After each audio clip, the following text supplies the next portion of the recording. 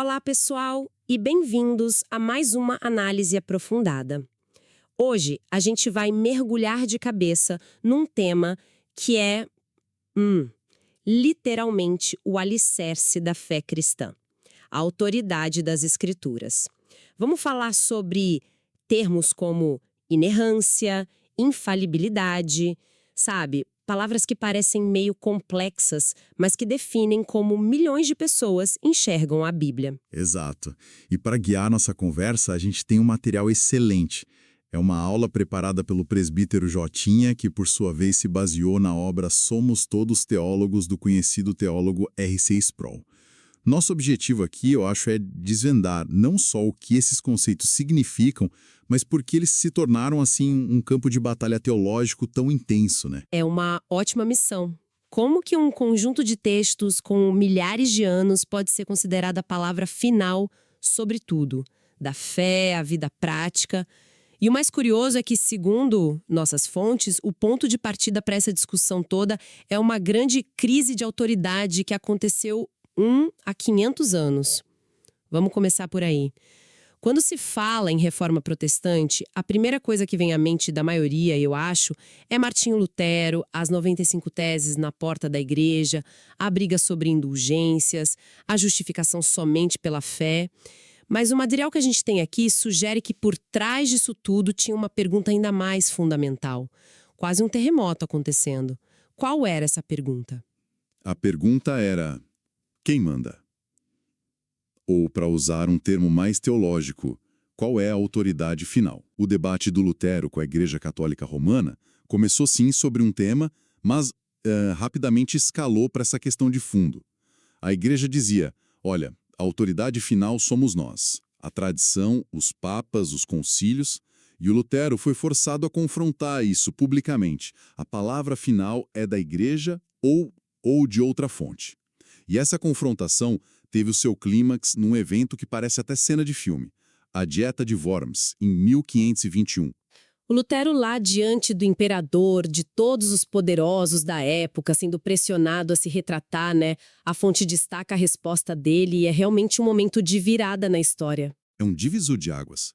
Ele basicamente diz, e eu estou parafraseando um pouco: a menos que vocês me provem que estou errado usando as escrituras ou a razão clara, minha consciência está presa à palavra de Deus.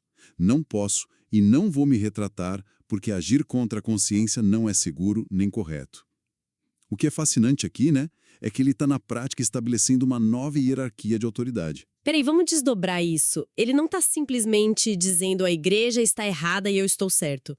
É mais sutil que isso, né? Ele está dizendo que existe um padrão, uma régua que está acima dele e acima da própria igreja, e essa régua é a escritura. É isso. Exatamente. E isso parece, assim, uma mudança tectônica. Quer dizer, por mais de 1000 anos, a ideia era que a igreja interpretava e guardava a escritura. A tradição da igreja tinha um peso de autoridade imenso. O que o Lutero faz é inverter essa relação. Ele diz que a escritura é que deve julgar a tradição, os papas e os concílios, e não o contrário. Nossa, isso deve ter soado como uma arrogância inacreditável na época. Um monge solitário dizendo que séculos de decisões da igreja poderiam estar errados. Com certeza. Foi visto como uma rebelião, uma anarquia. Mas para o Lutero e os outros reformadores não era arrogância, era submissão a uma autoridade superior.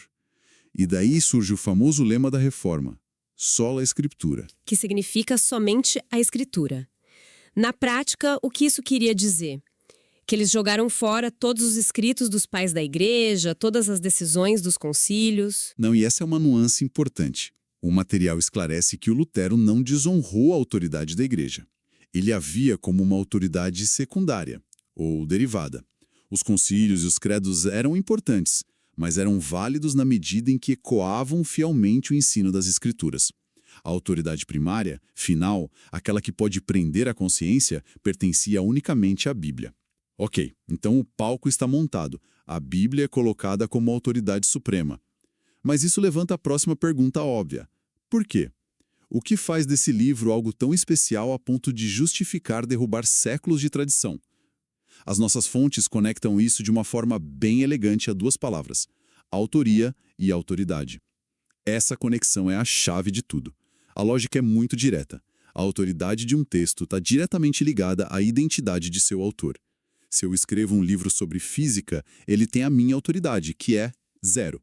Se o Stephen Hawking escreve, o livro carrega a autoridade dele. O argumento dos reformadores era que, embora a Bíblia tenha sido escrita por mãos humanas, Paulo, Moisés, Isaías, o autor supremo, o autor por trás dos autores, era o próprio Deus. É por isso que as fontes usam aquelas expressões em latim verbum Dei e vox Dei. Precisamente. Verbum Dei é a palavra de Deus e vox Dei é a voz de Deus.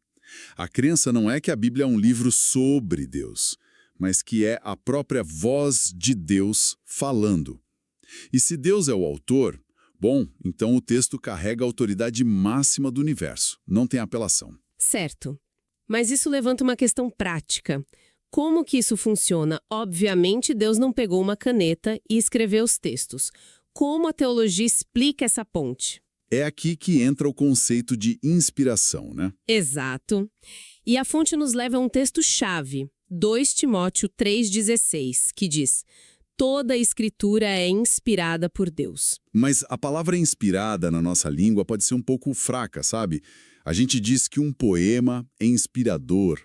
A palavra grega original, no entanto, é muito mais forte e específica. E qual é a palavra? A palavra é keopneustos. É uma palavra composta. Theo, de Deus, e pneustos, de sopro ou espírito. A tradução literal seria soprada por Deus. Uau! É uma imagem muito mais ativa. Soprada por Deus. Nossa, isso muda a perspectiva. Não é que Deus inspirou os escritores da mesma forma que uma musa inspira um poeta.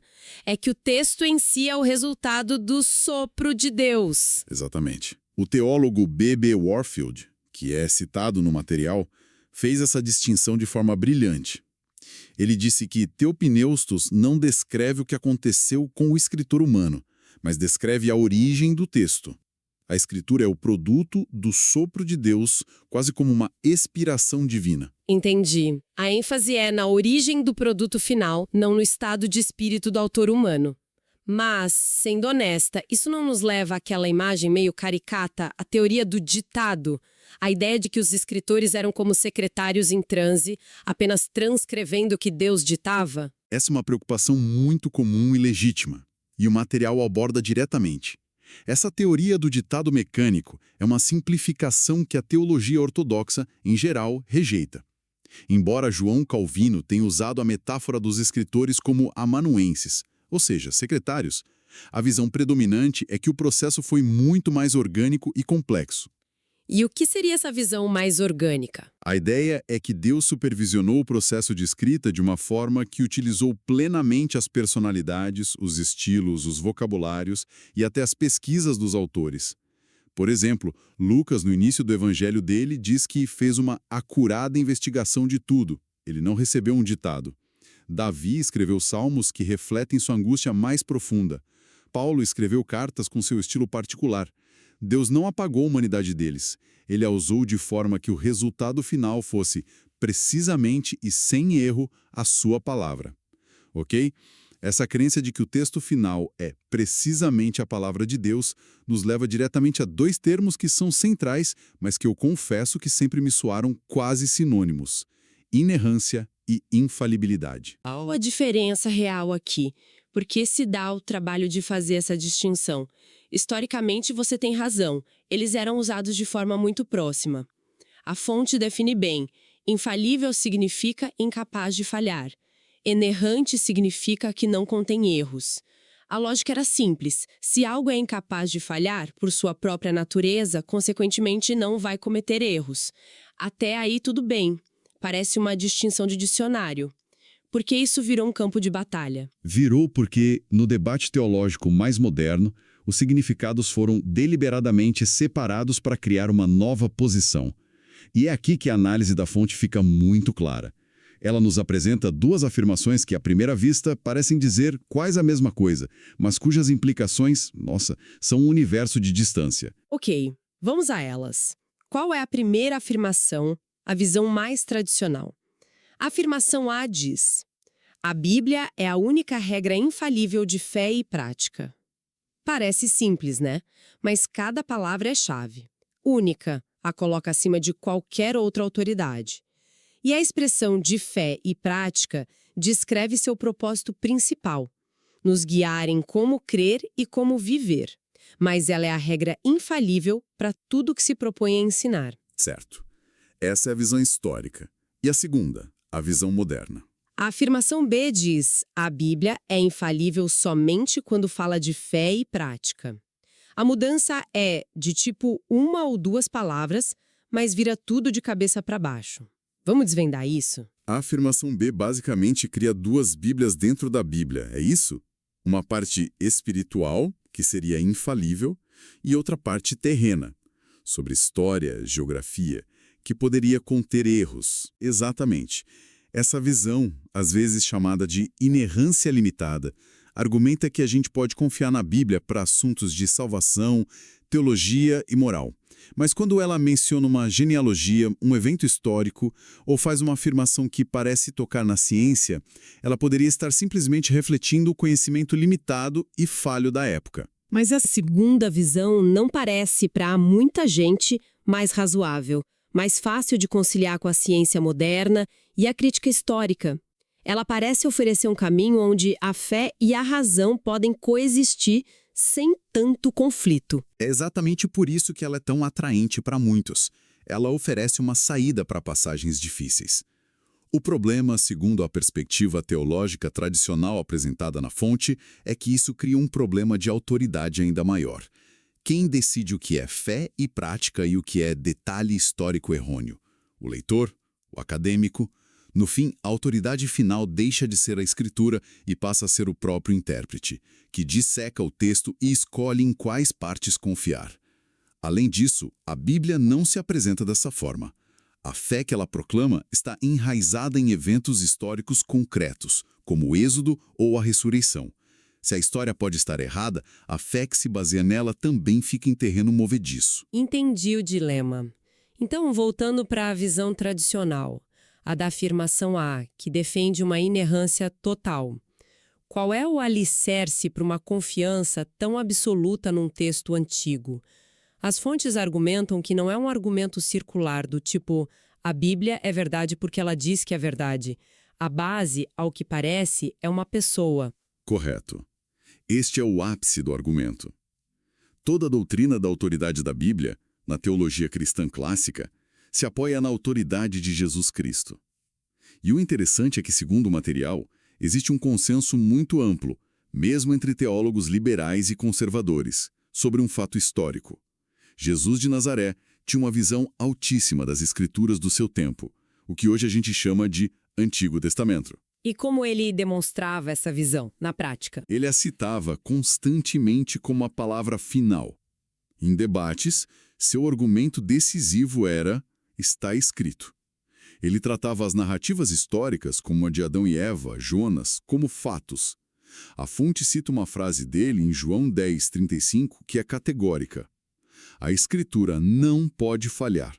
Para Jesus, o que a Escritura dizia, Deus dizia. Ponto final. Ok, mas aqui vem a objeção que eu imagino que muita gente faria. Os críticos, como a fonte menciona, argumentam que Jesus era simplesmente um homem do seu tempo, limitado pelo conhecimento da cultura do primeiro século. Ele acreditava que a Escritura era inerrante porque todo mundo na sua época acreditava nisso. Ele poderia, sendo humano, simplesmente estar enganado sobre isso. Sim, esse é o principal contra-argumento. E para sustentá-lo, geralmente apontam para passagens onde o próprio Jesus admite não saber algo, como o dia e a hora de seu retorno, para dizer, vejam, o conhecimento dele era limitado, portanto falho. A resposta teológica ortodoxa a isso é muito cuidadosa e faz uma distinção crucial. E qual seria essa distinção? A distinção é entre uma ausência de onisciência e um ensino com erro. Em sua natureza humana, Jesus voluntariamente não acessou todo o seu conhecimento divino. Não saber o futuro é um exemplo dessa autolimitação. No entanto, ensinar ativamente uma falsidade, especialmente sobre algo tão central quanto a natureza da palavra de Deus, seria um ato pecaminoso, uma falha moral. Entendi. Então a ideia é que não saber algo é uma limitação humana, mas ensinar um erro seria uma falha de caráter, um pecado. E a crença central do cristianismo é que Cristo era sem pecado. Exatamente. Se Jesus estivesse errado sobre a natureza da Escritura, um pilar fundamental de todo o seu ensino, isso comprometeria sua autoridade moral e divina.